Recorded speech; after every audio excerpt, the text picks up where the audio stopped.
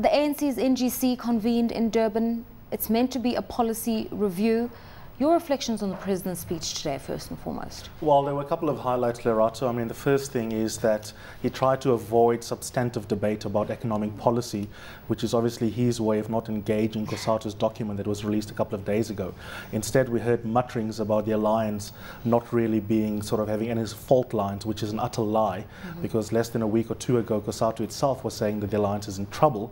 So it's really an attempt to project unity, but no one should believe the hype. There is, in fact, real tensions, leadership and otherwise behind the scenes. And then the final highlight, which is probably the sexiest thing that came out of it for political journalists anyway, is that he was quite blunt in sending a message to the ANC Youth League that he won't tolerate those people who are initiating leadership debates ahead of 2012. What are the core issues that the ANC NGC will be focusing on and should be focusing on? In theory, like you said in your intro, the most important thing is to evaluate how far along the ANC is with resolutions that were taken policy-wise at Polokwane in 2007.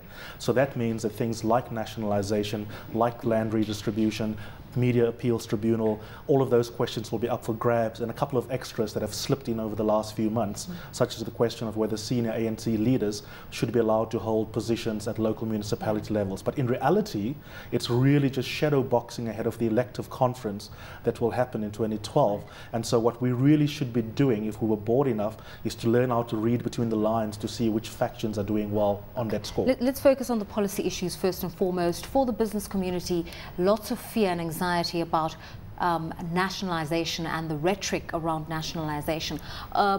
When the various provincial officers of the ANC were consulted as to a constituency position, many basically suggested that they believe that the government should intervene in strategic sectors of the economy, but they fell short of going the whole nationalization route. They've also insisted that the ANC follow through on its Polokwane conference recommendation to establish a state mining company. How will this issue be addressed? Look, I think that business really should sleep easily, quite frankly, right? I mean, if you look at the remarks that senior ministers like Susan Chabanga have been making recently, or the Deputy President Kgalema Motlanthe on his recent trip to the UK, they've been reassuring investors that even within the most contentious sort of sector of the economy, as per this question, i.e. in the mining sector, that there isn't really appetite amongst the sort of right-wing or centre-right politicians within the ANC. In other words, those politicians who do buy into neoliberal economic principles. And I would say that to some extent the media has exaggerated the influence of both the left within the alliance and the nationalists within the ANC in terms of whether or not these policies are likely. So I don't see that as happening. Let's look at this question of the left and the nationalists, because when it comes to economic policy, apparently this is where there's a discord. The nationalists have one point of view, which is a fairly conservative one, and the leftists made up of the South African Communist Party and COSATU as alliance partners wanting to see a more liberal element of the economic landscape, but also wanting to see the state being firmer when it comes to capital. There are two different fault lines that are important. If we look at the ANC as a singular outfit and not the alliance for the moment, there isn't deep ideological disagreement amongst ANC leaders. What you are seeing in terms of personality battles is really basic power play to see which individuals can get their hands on state resources for things like rent-seeking, tenderpreneurship, etc. That's bad in itself for the country, but to answer your sort of individual question around ideology, ideology is really not at issue here. Now, the second fault line is within the alliance rather than within the party, and there's a genuine fault line. If you read COSATU's 120-page document that it released a couple of days ago, the kinds of things which they want is to have the Reserve Bank focus, for example, on low interest rates regardless of the impact on inflation. They also want the recent relaxation of exchange controls to be reversed, and they want a greater tax imposed on those people who are super rich, despite the fact that South Africa already has quite a progressive taxation policy. What that means is that the left has been losing out ideologically, despite helping Zuma win at Polokwane, and they are quite frankly cheesed off. But the ANC itself doesn't have as much of an appetite to make those concessions.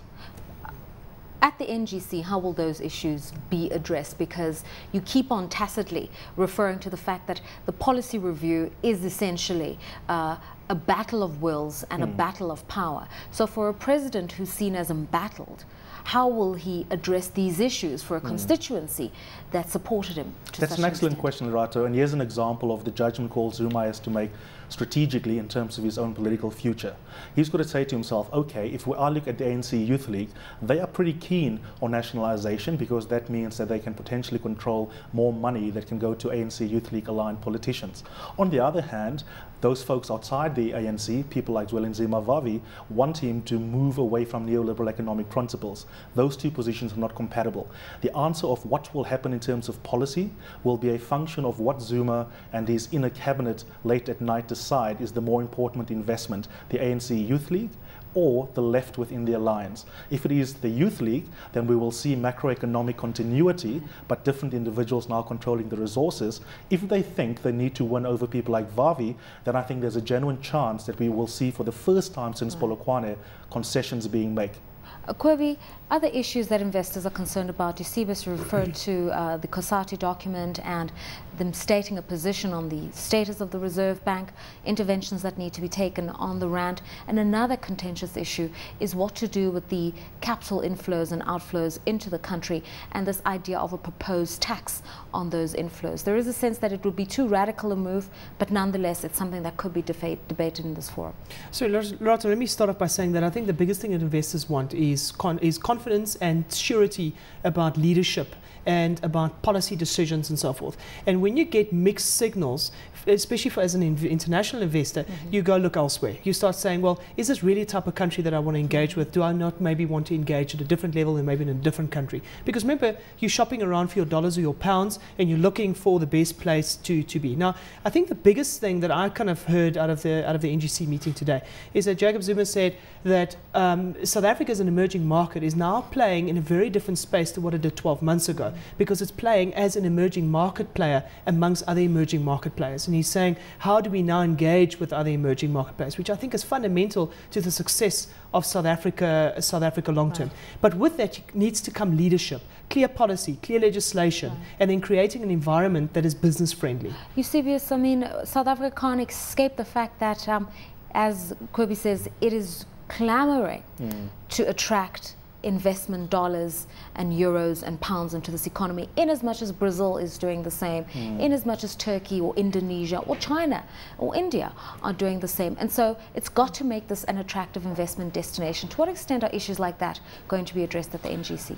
They won't be addressed because it's very much an inward-looking process, and the way in which politicians position themselves in terms of their public speech acts in Durban will be a function of making strategic moves to make sure that their own careers within the ANC outlast questions around international investment, quite frankly. So it will be deprioritized, I'm afraid. But what I would say, Lerato, is that where I disagree slightly with my fellow panelists here is that South Africa has the right macroeconomic policies. If you are firstly a middle-class, wealthy South African, an entrepreneur, or in big business, the ANC is your party to vote for. The real losers within the ANC in terms of policy are the left, who've never been given the quid pro quo for their political work at Polokwane. Where the disaster comes in for the ANC is that they are hopelessly bad at PR and proving to investors that in fact there is continuity from Manuel's day. You stress that this is not an elective conference, this is a policy review conference, but nonetheless we're going to see some jostling for positions going forward. The statement by the President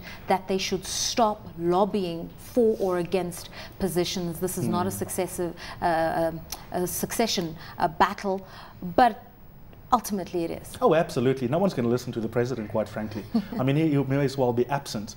The truth of the matter is that important leadership squabbles are taking place. Probably the most colourful one is the battle for the position of Secretary General. Who's it going to be? Thakila Mbalula, or will Gwede Mantashe continue in the position? Those kinds of battles just can't be avoided through fiat because Jacob Zuma says so. Okay, let's talk about what will be seen as a soft issue, but ultimately very important, given that South African women constitute over 52% of the population and 40% of the economically active. The Women's League will be putting forward a submission to enact gender equality, make it law, making suggestions and recommendations to the Electoral Commission that every single political party that contests an election should meet gender quotas. To what extent will some of these issues be addressed? Lerato, just as that question is bottom of your list of questions to us this evening, similarly within the ANC, it's going to be utterly deprioritized. You're right, it shouldn't, given how much women constitute a big portion of the demographic. No doubt about it. We pay lip service to gender equality in this country, and it's going to happen in politics as well. In fact, I think to some extent, a lot of men within the ANC have started to think that the gender policy that they've had so far, remember, they have said that at least 50% of those folks who become premiers should be female, and also in cabinet. A lot of people feel that it hasn't worked. If you look at the minister who heads, for example, what is that ministry called? The minister in charge of children, folks who are disabled, and women. It has really been a pathetic attempt at proving that women can be in leadership positions. So what the ANC has done wrong is that it has translated the need for gender equity into finding any sort of woman they can sort of the nearest one they can find. And as a result of that, I don't think they've done the quest for equity within politics on gender lines much service. And I don't think they're going to be reviewing that.